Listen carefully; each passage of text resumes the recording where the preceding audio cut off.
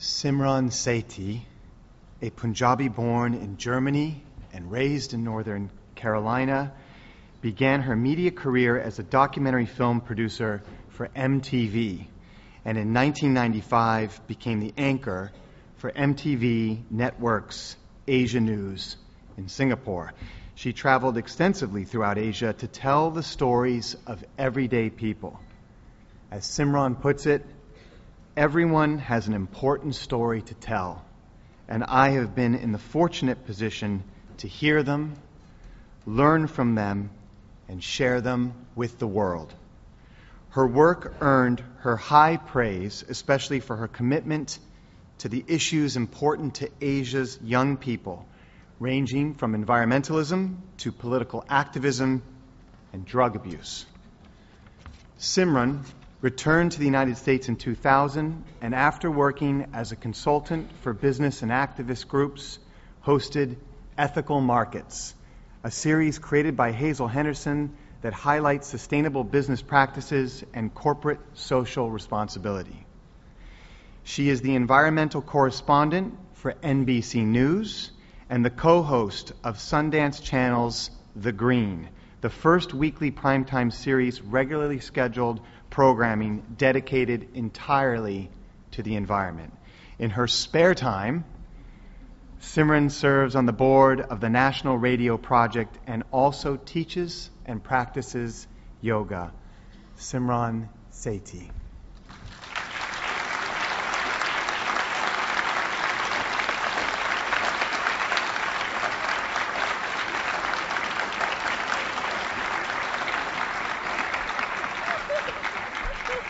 Hi, thanks everyone. Thank you again, Callum, for that great hug. I hope everyone has moved and shaken and has gotten a little something to eat. Yeah? I'm going to talk for about a half an hour, and I'm going to ask if your mind starts to wander as I'm talking to come back to this question. The first question I will pose to you today, which is, why are you here? The story of what brought me here, there are many of them. But the stories involve hearts and minds and hands. And starting with the hearts and minds and hands of the folks at Chelsea Green and the folks at the Marion Institute. And the hands that assembled the planes and the cars that enabled me to get here. And the farmers that picked the tomatoes and the coffee beans that fueled my morning. And the cows that gave their milk. And the fields that surrendered their wheat for my bread, and the bamboo that was pulled at the top of a stalk to make my shirt, and the women that I thanked in the hall this morning at the Marriott, the women who cleaned the bathrooms, the women who put sheets on the bed that I had the privilege of sleeping in last night. And I just want to start there with giving thanks to all of those heads and hearts and hands that enabled me to get here today and to talk to all of you.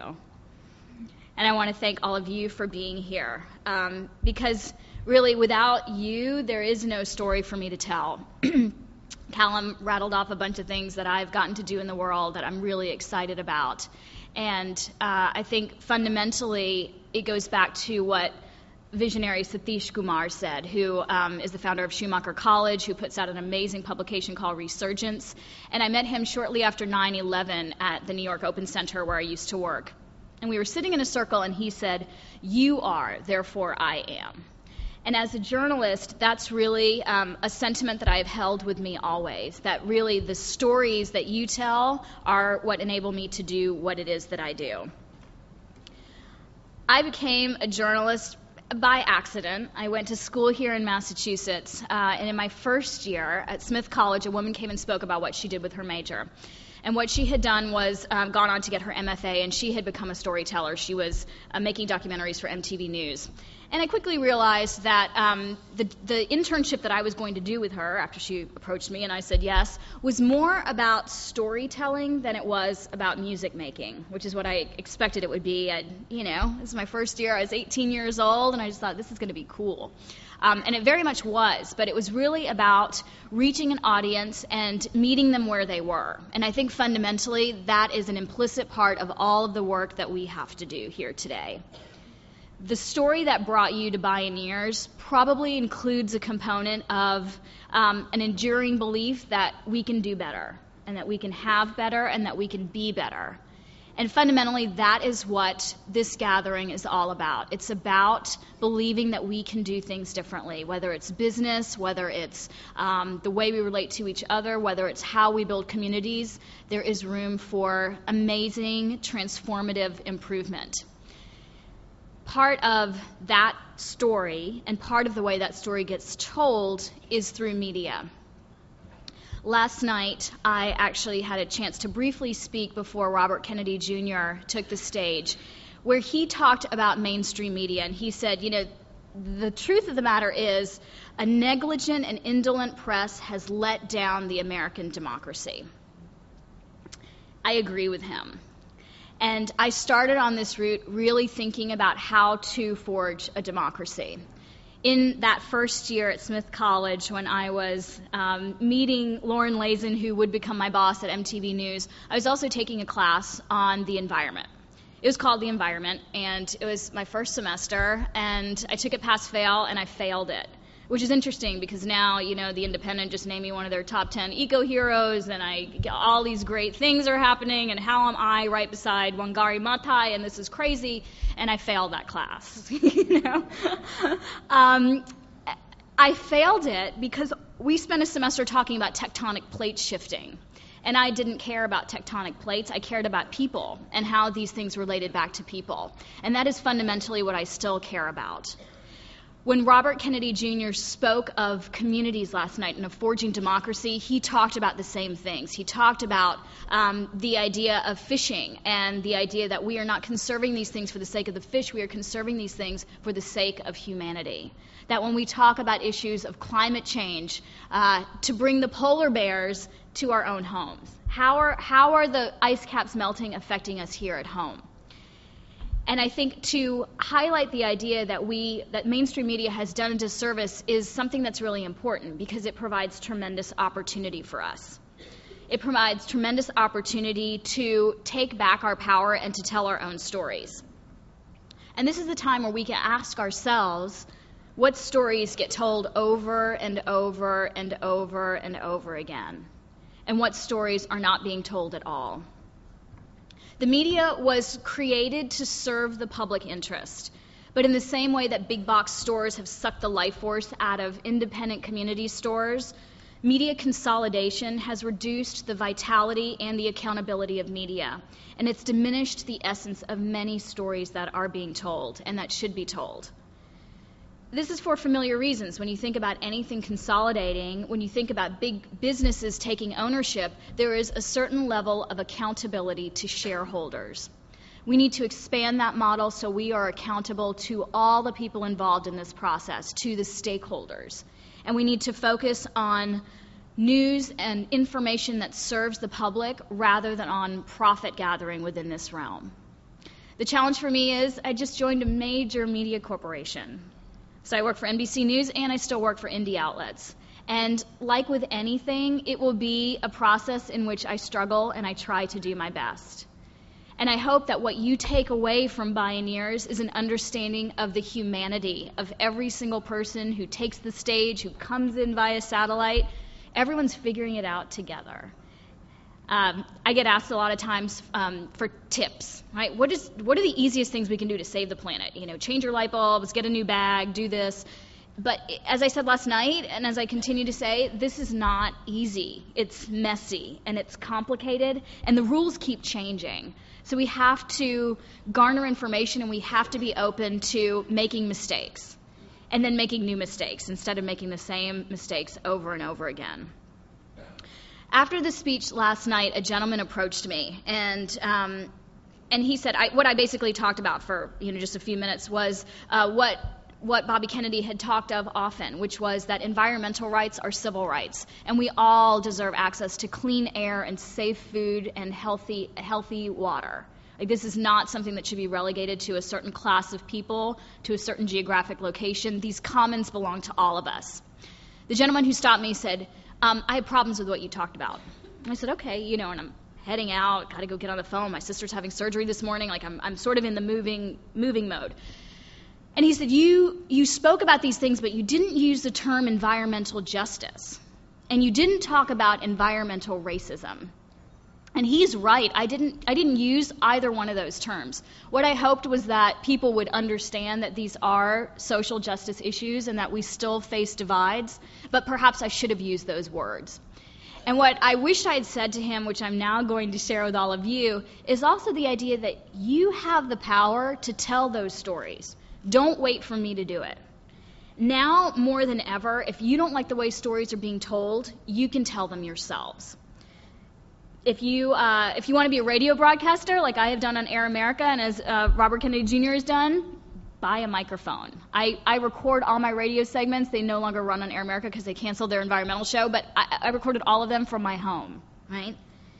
If you want to put yourself on YouTube, all you need is a video camera. If you call yourself Lonely Girl or put on a ninja costume, you may have a little more luck, but ultimately you have the power to broadcast what's important to you, right? Call into local radio shows, write letters to the editors of your newspapers.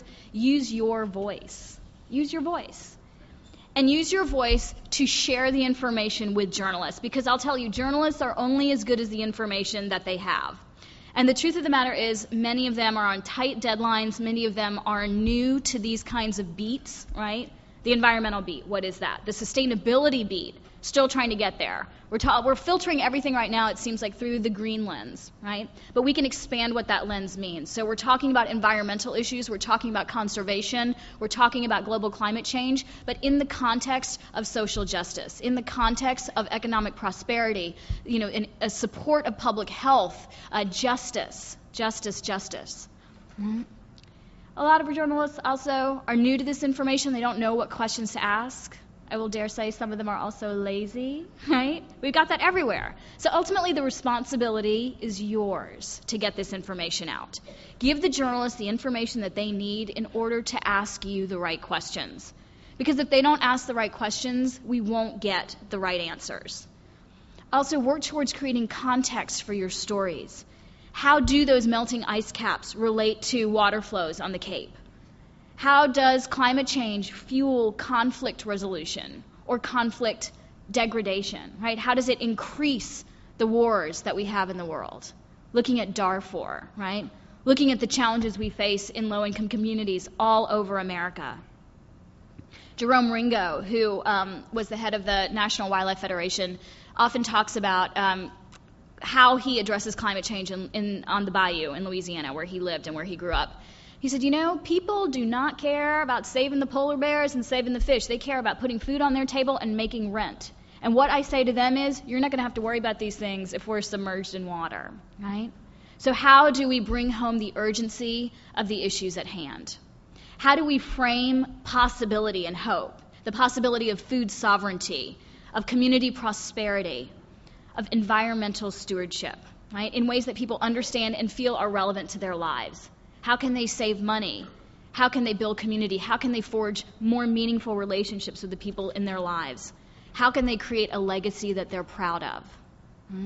We can talk about keeping dollars in the community, supporting local farmers, creating a living wage, redefining prosperity beyond the bottom line, right? Looking at what GDP, our gross domestic product, obscures, right? GDP goes up when we get sick. GDP goes up when we're at war. That is not an indication of what is valuable in our society. We have the opportunity, thank you.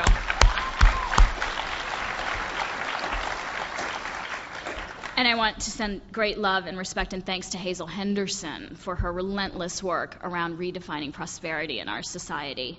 If you don't know Hazel's work, her book, Ethical Markets, is on sale here, and I hope you will pick it up, and I had the great privilege of contributing to that book.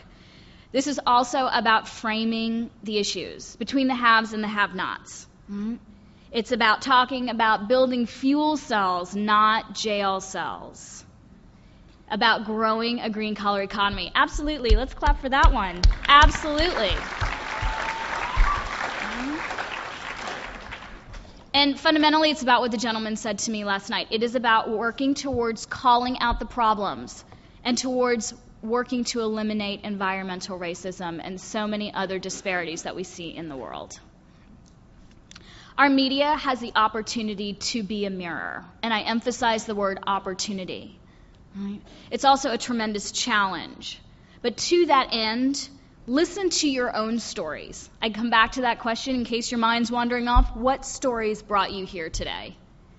What hearts and heads and hands helped you get into this chair? How do you tell those stories? What kind of gratitude do you pay to the people who helped bring you here? What stories do you tell, and what stories do you obscure? The way we frame these issues is fundamentally important to enabling a larger audience to understand what we're talking about. Right? The power in this room is extraordinary, and we need to take this, we need to harness all of this and take it out there to the people who aren't in this room, right? Because they need to hear these stories. So the question is, how do you frame them? Do you disparage the big box stores, or do you talk about the benefits of keeping money within the community? Do you knock the reds, or do you talk about how we can build bridges between the reds and the blues? Because I'll tell you, I moved from a blue state to a red state. I've interviewed the head of the Republicans for Environmental Protection. They care about all these things too, right? We just have to figure out how to share that conversation. Are your stories about an assumed homogeneous middle class? Or are they a recognition of the haves and have-nots and a celebration of diversity? Everyone needs to have a seat at this table. Van Jones asked at the very first Bioneers I attended back in 2003 in San Rafael, he said, who do you take with you and who do you leave behind? Mm-hmm. So who sits beside you now and who needs to be sitting here next year? Who needs to be sitting at your table next week? Who can you build bridges to and with? Mm-hmm. The best stories are the stories that are rooted in places, right? We're part of an ecosystem that is our home and that is this community, and we're also part of the larger ecosystem. And what we recognize with global climate change is it has no boundaries, right? So what we do here has a ripple effect everywhere. Americans comprise about 5% of the population. We generate about 25% of carbon emissions. India and China poised to catch up, right? This isn't a race they want to win. This isn't a race any of us should win. Right? If everyone consumed like an American, we'd need 5 planets. Right? Our ecological footprint is about the size of 32 football fields, each and every one of us averaged out here in this room. Right? How do we start to shrink those things? How do we let our consumption be a reflection of the things that we care about? Right? These are the questions that we ask, not only in our lives, but in our stories. Because good storytelling forces us to ask the same questions that we confront every day as we move in the world, as we build meaningful careers, and as we grow meaningful lives. What is your higher purpose? How do you move in the world? What hands touch your lives? Who do you want to reach? And how do you want to reach them? How can you meet people where they are? Whether you're talking to your daughter or your husband or your partner, or whether you're talking to your boss or to your mayor, or to the letter, your editor of the newspaper, or to a reporter whom you've never met before. How do you meet them? How do you inspire them? How do you get them to hear your stories and share those stories? How can you lend your voice to the people whose stories aren't being heard? Because we have the privilege sitting in this room to share those stories too. So I'm going to ask you for a minute to close your eyes. I want you to think for a moment of the stories that brought you here, of the stories that inspired you to take action, to learn about Bioneers and the Marion Institute, to pick up the phone, to log onto a computer and speak your truth, to change your actions. I want you to think about the stories that you will take back home with you after this weekend. What stories do you tell? What stories do you obscure? What stories do you need to tell? Telling these stories is a collaborative process. And the stories only exist in relationship to the people who are hearing them. Again, Satish Kumar, you are, therefore I am. Our stories are rooted in place and in memory. They give us a sense of history and meaning, and they're the narrative for our life experience. Keep your eyes closed. The stories we tell and the stories we are told shape our lives. The stories of community that bring us together are the stories of all of us. Okay, open your eyes. Thanks. The only defense that you have against institutional strengths are your abilities to connect with your storytellers, with the people in your stories, with your networks. Ask questions and be a seeker of information. And speak your truth while holding others in compassion. This stuff is messy, it's complex, it keeps changing. And that's why we have to tell our stories over and over again to different audiences, in different ways. Doesn't matter how you tell them, it doesn't matter where you tell them, but tell your stories.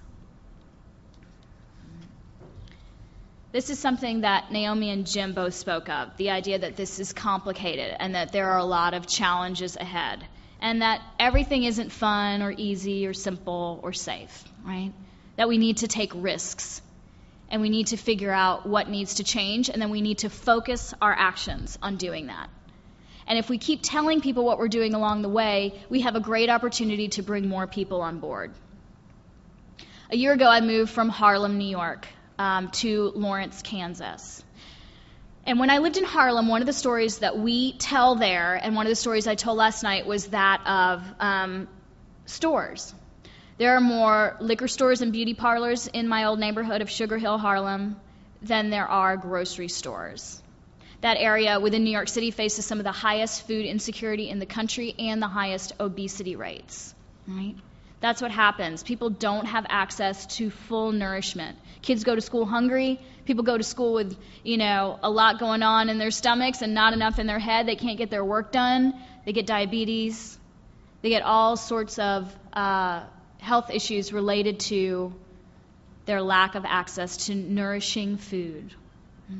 But then there are other stories that we can tell. Stories about the CSAs that Just Food created in Harlem. The story of Raw Soul, a raw food restaurant that not only serves organic food in the neighborhood, but also is giving nutritional education classes to women in the community. There are so many stories that we can tell and that need to be told. So last weekend, one of my stories from Lawrence is that we had a reading festival, which would be one of the reasons I love living in Lawrence, Kansas. And there's a new mural that's been put up since the last time I was downtown, and it's in the parking lot where we have our weekly farmers market. And the mural was created by a guy named Dave Lowenstein, who uses public art as a way to forge community. He brings together all kinds of people from all kinds of places, right? And he puts information in the murals that inspires people to think, right? And this mural was placed right beside a car that had a bumper sticker on it talking about a living wage in Lawrence and what that would do for the community. And I wish I had the exact quote, but I don't. But there it is on New Hampshire between 8th and 9th Streets in the parking lot for the farmers market. Beautiful big mural that has a quote from Gwendolyn Brooks, which says, "We are each other's harvest. We are each other's business.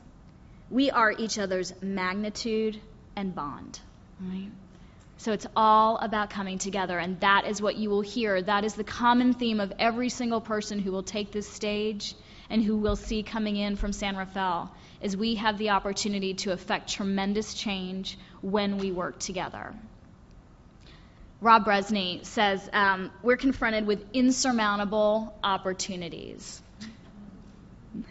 He's a great astrologer, which is probably not the note I want to end on, but He is amazing. You are amazing. We face tremendous challenge and we face insurmountable opportunities. So please continue to tell your stories, to share your stories, and to live into the opportunities that you wish to see.